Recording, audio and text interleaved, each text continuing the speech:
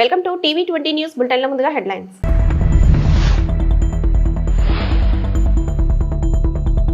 స్వచ్ఛతా ర్యాలీలో పాల్గొన్న సీఎం చంద్రబాబు.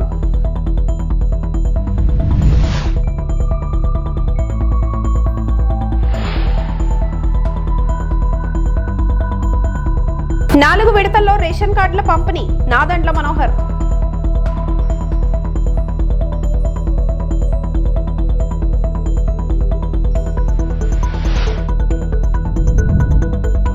చీపురు పట్టి వీధులను శుభ్రం చేసిన మంత్రి కొలుసు పార్థసారథి.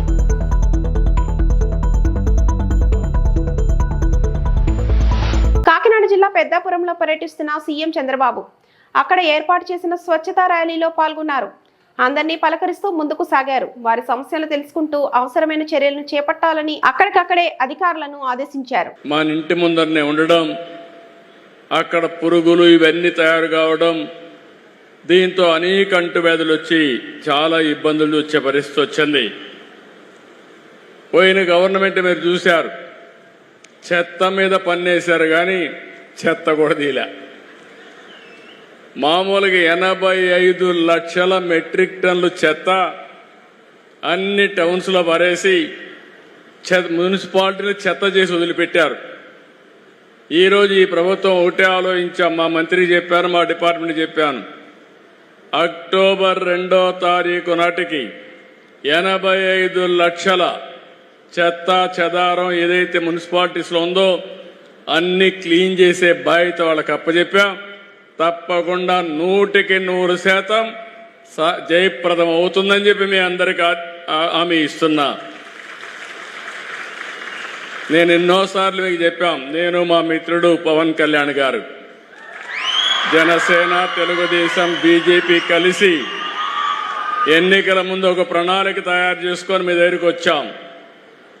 రాష్ట్రం మొత్తం చెత్త చెత్త అయిపోయింది. రాష్ట్రాన్ని విధ్వంసం చేశారు. కుక్కలు చింపిన విస్తరి చేశారు.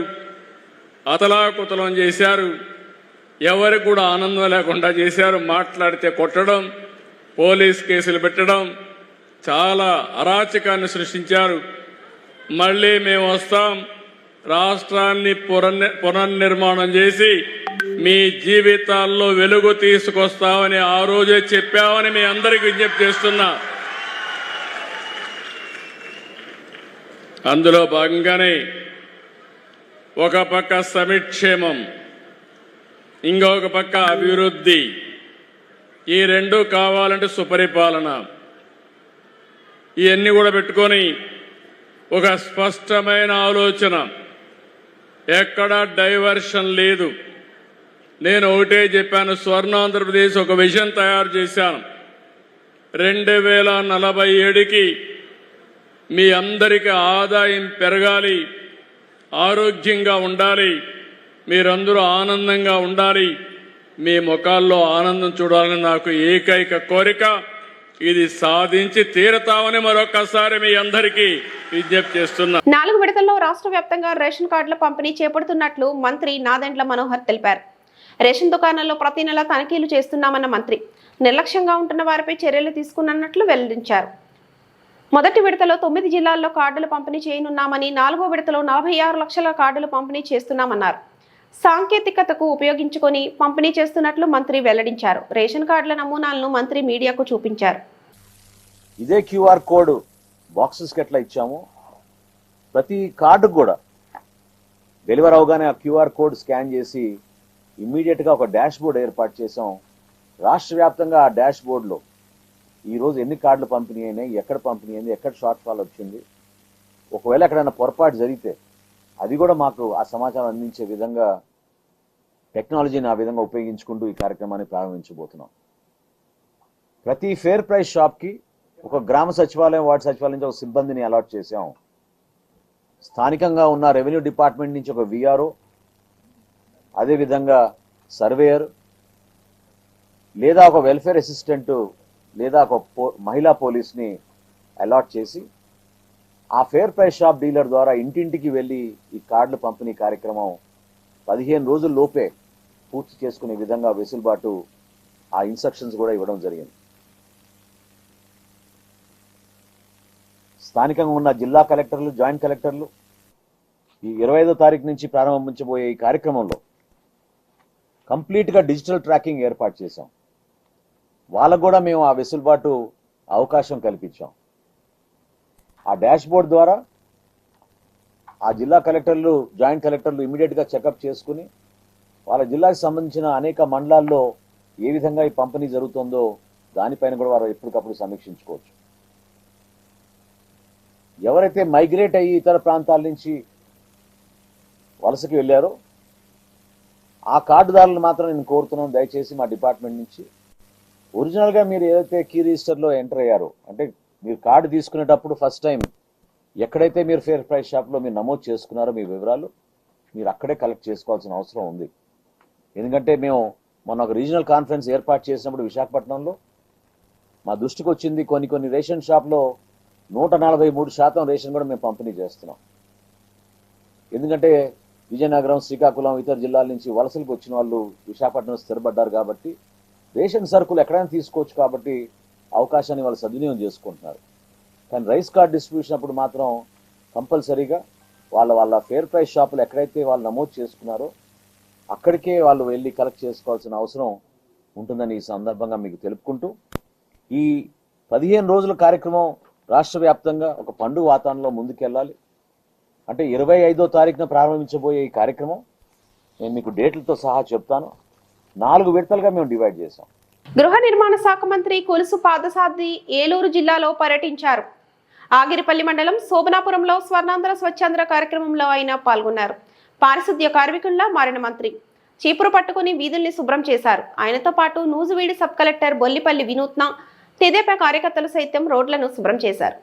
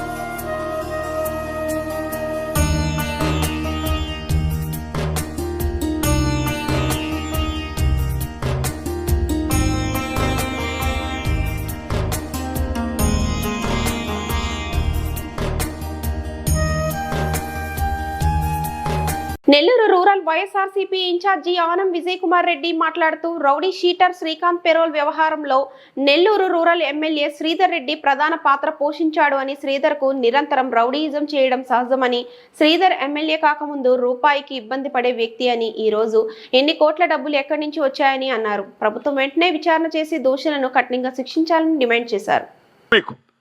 ఒక 10-12 సంవత్సరాల క్రితం మా శ్రీధర్ నాకు తెలుసు, మా దగ్గరే ఉండేది కదా, మామూలు స్థాయి. అతనే చెప్పాడు ఒకసారి, పాలు లేకపోతే నా స్నేహితుడు హరిబాబు జోబిలో 100 రూపాయలు ఉంటే తీసుకోపోయి నేను పాలు పట్టించిన నా బిడ్డలకని ఆయనే స్వయంగా చెప్పిన సందర్భం ఉంది. కానీ ఈ రోజుకి ఆ హరిబాబు జోబిలో మాత్రం 100 రూపాయలే ఉండయి. మావాడైతే వెళ్ళిపోయాడు ఎక్కడికో. మరి ఎట్లా సాధ్యమైందండి? అపారమైన సంపద ఒక ప్రజాప్రతినిధిగా 1 రూపాయి లేనివాడు 10 సంవత్సరాలలో కోట్లకు పడగలెత్తగలిగినాడంటే, దాదాపు కోట్ల రూపాయలు, 100 కోట్ల రూపాయలు పెట్టి ఫ్యాక్టరీలు పెట్టిన వాళ్ళు, కాంట్రాక్టులు చేసిన వాళ్ళు కూడా సంపాదించలేనటువంటి సంపద కేవలం రౌడీ మూకలతో, అరాచక శక్తులతో భయభ్రాంతులకు చేసి దందాలు, బ్లాక్మెయిలింగ్, ఒకటేమిటి అన్ని దారులు తప్పనిసరిగా వీటన్నిటి పరిస్థితి కూడా ఎవరెవరికి జరిగిందో హాని ప్రతి ఒక్కరు కూడా ఒక రోజు నోరు విప్పి బయట మాట్లాడే రోజు వచ్చిన రోజు పశ్చిమ గోదావరి జిల్లా పాలకొల్లులో ఘనంగా జరిగిన ఆంధ్రకేసరి టంగుటూరి ప్రకాశం పంతులు 153వ జయంతి వేడుకల్లో పాల్గొని ఆంధ్రకేసరి టంగుటూరి ప్రకాశం పంతులు విగ్రహానికి పూలమాలలు వేసి నివాళులర్పించిన మంత్రి రామనాయుడు. స్వాతంత్ర్య పోరాటంలో బ్రిటిష్ పాలకులను ఎదిరించిన ధైర్యశాలి ప్రకాశం పంతులు. ఆంధ్రప్రదేశ్ తొలి ముఖ్యమంత్రిగా అనేక సంస్కరణలు తీసుకొచ్చిన ప్రకాశం పంతులు ప్రతి ఒక్కరూ ప్రకాశం పంతులను స్ఫూర్తిగా ఆదర్శంగా తీసుకోవాలి.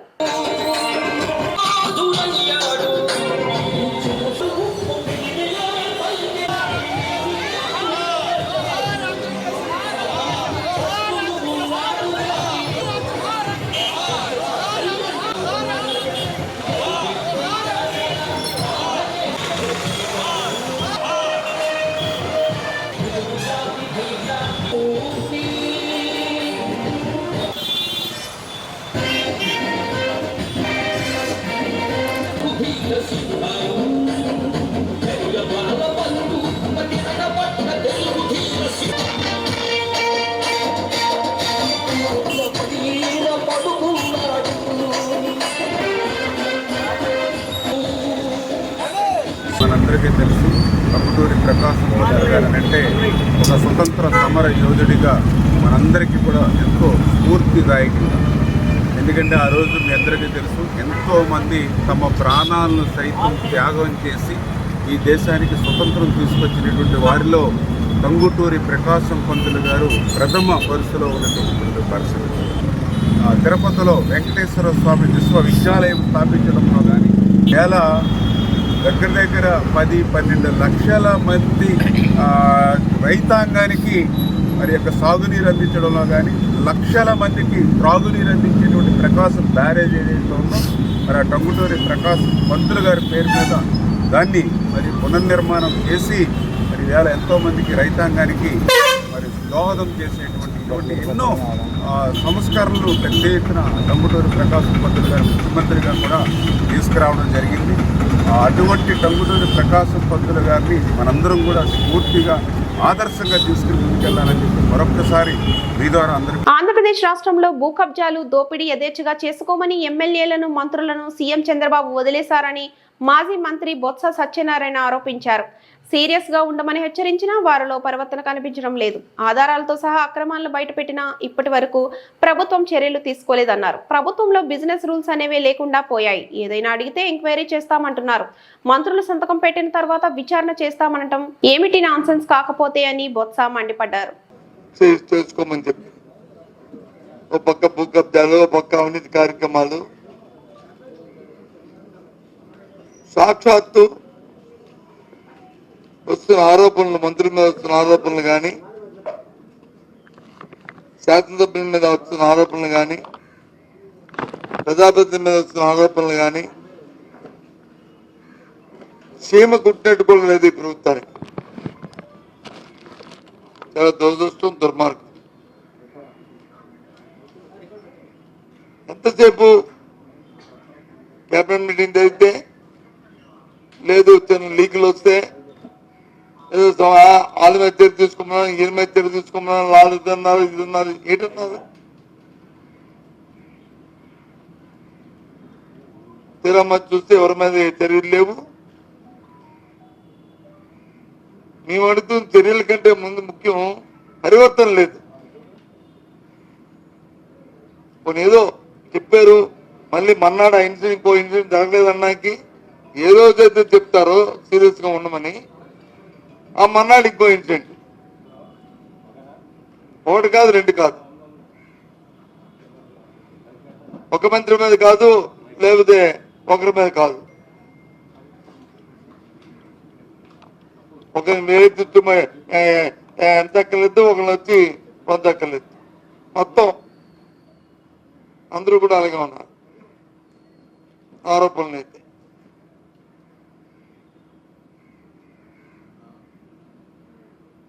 దోపిడీ అయితే, భూ కబ్జాలు అయితే మరి అడగలేదు. అవకాశం వరకు దోచు తినేస్తారు, పెద్ద స్థాయి నుంచి కింద స్థాయి వరకు. ఉదాహరణలతో కలిపి చెప్తున్నా దాని మీద ఎంక్వైరీ లేదు, దాని మీద విచారణ లేదు. ఇలా అనేస్తాం అంతే, పోతే పోనీ. రాష్ట్ర ప్రజలందరినీ గమనించమని కోరుతున్నాను. ఈ ప్రభుత్వం తాలూకా వ్యవహార శైలి ఎలాగుందో, పరిపాలన విధానం ఎలాగుందో,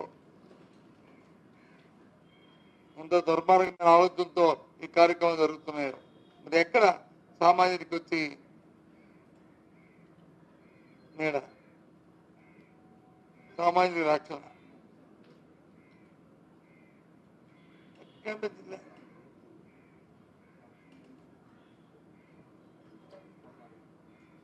ప్రభుత్వంలో ఒక ఎస్ఓపి ఉంటుంది, బిజినెస్ రూల్స్ ఉంటాయి. ఎవరు ఏ పనికి వచ్చి దాన్ని జీవో ఇవ్వాలి, లేకపోతే ఒక వాళ్ళకి ఆర్డర్స్ ఇవ్వాలి, ఏ కార్యక్రమాన్ని ఎవరు చేయాలి, ఎవరి పరిధిలో ఏ స్థాయిలో ఆ పరిధిలో చేయాలి, అది జిల్లాధికారులు చేయాలా, లేకపోతే రాష్ట్రంలో సెక్రటరీ చేయాలా, లేదు మంత్రుల్లో దానిలో అది చేయాలా, లేదా ముఖ్యమంత్రి కార్యాలయం చేయాలా అని బిజినెస్ ఉంటాయి. కుటుంబ సమేతంగా చూసి ఎంజాయ్ చేయాల్సిన సినిమా ఇది. పేరుకు తగ్గట్టే అందరి హృదయాలను ఆనందంలో ముంచెత్తే సినిమా సుందరకాండ అని నారా రోహిత్ అన్నారు. ఆయన కథానాయకుడిగా రూపొందిన చిత్రం సుందరకాండ. వెంకటేష్ నిమ్మలపూడి దర్శకుడు, సంతోష్ చిన్నపొల్ల, గౌతమ్ రెడ్డి, రాకేష్ మహంకాళి నిర్మాతలు. ఈ నెల 27న సినిమా విడుదల కానుంది. ఈ సందర్భంగా శుక్రవారం నోవాటెల్ హోటల్లో నిర్వహించిన ప్రెస్ మీట్లో నారా రోహిత్ మాట్లాడుతూ మంచి ఫ్యామిలీ ఎంటర్టైన్గా చిత్రం నిలుస్తోందన్నారు. ఎంతో ఎంజాయ్ చేస్తూ చేసిన సినిమా ఇదని వివరించారు. అనంతరం కథానాయిక శ్రీదేవి విజయ్ కుమార్ మాట్లాడుతూ ఒక రూల్ బ్రేక్ చేసి రొమాంటిక్ కామెడీ తీసినప్పుడు అది ఖచ్చితంగా సక్సెస్ అవుతుంది, ఇది అలాంటి సినిమానే అన్నారు. అనంతరం మరో హీరోయిన్ వీర్తి వగాని మాట్లాడుతూ ఖచ్చితంగా మంచి కంటెంట్ తో వచ్చిన సినిమాలన్నీ హిట్ అవుతాయి, అలానే సుందరకాండ మంచి విజయాన్ని సొంతం చేసుకుంటుందన్నారు. అనంతరం నిర్మాత సంతోష్ మాట్లాడుతూ సినిమా చాలా అద్భుతంగా వచ్చిందని, అందరూ సినిమాను చూసి మమ్మల్ని ఆశీర్వదించాలన్నారు. సుందరకాండ వినాయక చవితి రోజు ఆగస్ట్ 27న రిలీజ్ అవ్వదు. ఇదొక న్యూ ఏజ్ లవ్ స్టోరీ. హ్యాపీగా అందరూ ఫ్యామిలీస్తో పాటు పండగ రోజు వెళ్ళి చూసి ఎంజాయ్ చేస్తారు. డెఫినెట్గా మీరు అందరూ ట్రైలర్ చూసుంటారు. సో డెఫినెట్గా ఎంటర్టైనింగ్ ఉంటుంది. సో నేను ఎప్పుడు కొత్త రకమైన చిత్రాలు చేశాను, but family cinema love stories చాలా తక్కువే చేశాను. సోలో, మధ్యలో ఒక సావిత్రి, లేకపోతే జోచిస్తానంద చేశాను. మళ్ళీ ఇప్పుడు సుందరకాండ ప్రాపర్ హ్యాపీగా అందరూ వెళ్ళి సరదాగా థియేటర్లో కూర్చొని ఎంజాయ్ చేసే ఒక fun and love entertaining film అండి. సో వి బీన్ వర్కింగ్ ఈ స్క్రిప్ట్ మీద ఆల్మోస్ట్ ఒక 1.5 year వర్క్ చేసిన తర్వాత లాస్ట్ ఇయర్ షూటింగ్ స్టార్ట్ చేసాం. ఇంకా యాక్చువల్గా లాస్ట్ ఇయర్ వినాయక చవితికి వేసాం ఫస్ట్ డేట్, బట్ ఎలక్షన్స్ చిన్న డిలేస్ వల్ల ఇయర్ లాస్ట్ ఇయర్ డిసెంబర్లో షూటింగ్ కంప్లీట్ చేసాం. అండ్ దాని తర్వాత పోస్ట్ ప్రొడక్షన్ మళ్ళీ మధ్యలో భైరవం అనే సినిమా ఉండడం వల్ల ఇంకొంచెం డిలే అయింది. సో బట్ అన్ని వర్క్స్ అన్నీ అయిపోయాయి. సో వెరీ హ్యాపీ మేము అందరం అవుట్పుట్తో. సో డెఫినెట్గా ఈ సినిమా మీరు అందరూ థియేటర్లో ప్రేక్షకులు చూడాలి. చూసి డెఫినెట్గా ఒక మంచి ఫ్యామిలీతో పాటు వెళ్ళి చూడదగ్గ ఒక ఎంటర్టైనింగ్ ఫిలిం. సో మీరందరూ ఈ సినిమా చూసి ఎంజాయ్ చేస్తారని మనస్ఫూర్తిగా కోరుకుంటున్నాను. And thank you again print and electronic media వారికి. ఉంది ఇవాళ వైజాగ్కి వచ్చి మిమ్మల్ని అందరినీ కలిసిదానికి. సుందరకాండ ఆగస్ట్ 27th వినాయక చవితి రోజు రిలీజ్ అవుతుంది. చాలా సంతోషంగా ఉంది. ఫెస్టివల్ రోజు ఒక సినిమా రిలీజ్ అయ్యేది చాలా మంచి విషయం. సో చాలా పాజిటివిటీ ఉంది. అండ్ నాకు పర్సనల్గా చాలా రోజుల తర్వాత మళ్ళీ ఒక ఫిలిం చేయడం జరిగింది. అండ్ అది సుందరకాండ అవ్వడం చాలా హ్యాపీ. అండ్ ఒక మంచి ఎంటర్టైనర్. డెఫినెట్గా ఆడియన్స్కి వచ్చి థియేటర్కి వచ్చి చూసినప్పుడు హ్యాపీగా నవ్వుతూ బయటికి వెళ్తారు. So it's a family entertainer, rom com, love and fun చాలా ఉంటుంది. సో డెఫినెట్గా మీరు అందరూ వెళ్ళి థియేటర్లో సుందరకాండ సినిమా చూడాలి. I would like to thank my producer Santosh garu. ఒక మంచి సినిమా క్వాలిటీతో తీశారు. 27th రిలీజ్ చేస్తున్నారు. I wish him all the very best also. And my director Venkatesh garu, first time director కానీ చాలా బాగా తీశారు. ఐ థింక్ డైలాగ్స్ కానీ హిస్ రైటింగ్ స్క్రీన్ పే చాలా బాగుంటుంది. ఇంట్రెస్టింగ్గా తీశారు. చాలా కొత్త పాయింట్. డెఫినెట్గా ఆడియన్స్కి ఒక వెరైటీ అనే ఫిల్మ్గా ఉంటుంది. కోనసీమ తిరుమల వాడపల్లి వెంకటేశ్వర స్వామి వారి దేవస్థానంలో శ్రావణ మాసం పురస్కరించుకొని శుక్రవారం ఉదయం సామూహిక వరలక్ష్మి వ్రతాలు ఏర్పాటు చేశారు. వందలాదిగా మహిళలు తరలివచ్చి అత్యంత భక్తి శ్రద్ధలతో వరలక్ష్మి వ్రతాల్లో పాల్గొన్నారు. సామూహిక వ్రతాల్లో పాల్గొన్న మహిళలకు దేవస్థానం వారు వరలక్ష్మి రూపు అందజేశారు. ప్రసాదంగా పులిహార, లడ్డు వితరణ చేశారు. స్వామివారికి ఉదయాన్నే అష్టోత్తర పూజ, శ్రీ లక్ష్మీ సహిత వెంకటేశ్వర హోమం నిర్వహించారు. అధిక సంఖ్యలో భక్తులు స్వామివారిని దర్శనం చేసుకున్నారు. దేవస్థానం డిప్యూటీ కమిషనర్ నల్లం సూర్య చక్రధర్రావు దగ్గరుండి పర్యవేక్షించారు.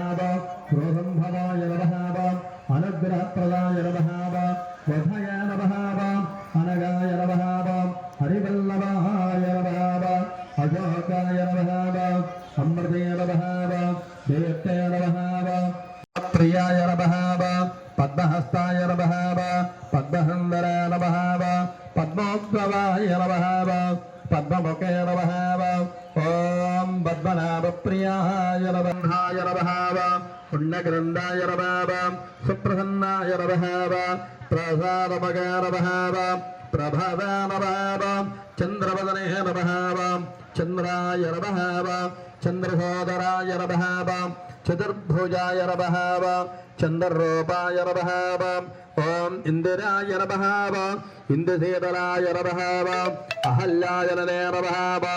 ఈ వార్తలు ఇంతటితో సమాప్తం. నమస్తే.